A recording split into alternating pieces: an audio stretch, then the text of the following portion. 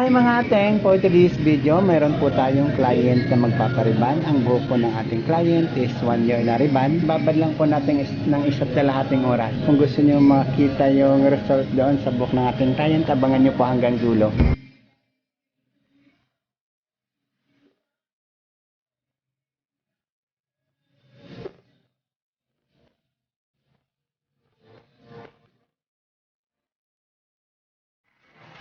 Yes mga ateng, tapos na po tayo doon sa application sa buhok ng ating client at ibabad lang po natin ng isa't kalahating oras. Nakapag-retouch na po tayo doon sa buhok ng ating client. Doon po sa part kanina na hindi nalagyan, so ibinaba na po natin yung rebonding cream at ibababad lang po natin ng mga 5 minutes. Pero bago nyo po ibaba, sprayhan nyo po muna ng tubig para po hindi mag-ruberize.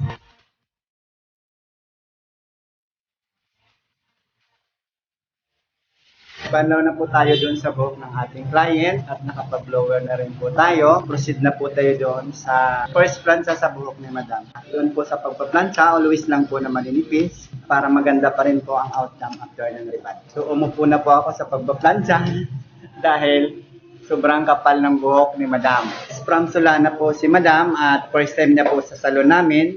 I'm sure ma'am na babalik-balikan mo kami dahil makikita nyo po ang napakagandang result sa buhok niyo mamaya.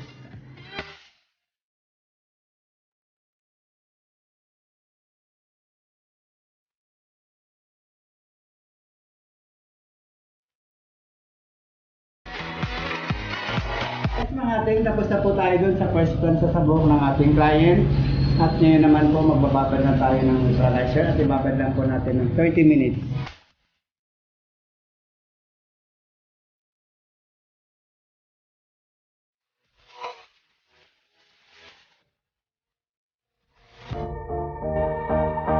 Yes mga ating, nakapagbanlaw na po tayo doon sa neutralizer sa buhok ng ating client.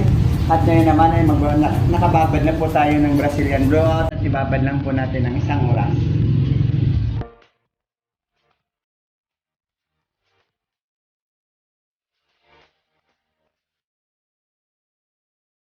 Tapos na po tayo doon sa pagbababad ng Brazilian at ngayon, last plancha na po tayo.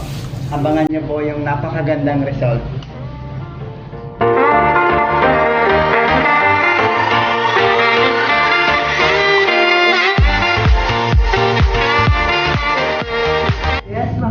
Tapos na po tayo doon sa buhok ng ating client na riban with Brazilian.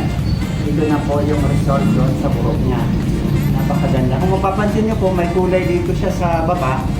Dati na po niyang kulay yun. So ang pinagawa niya lang riban and Brazilian. Ito na po yun.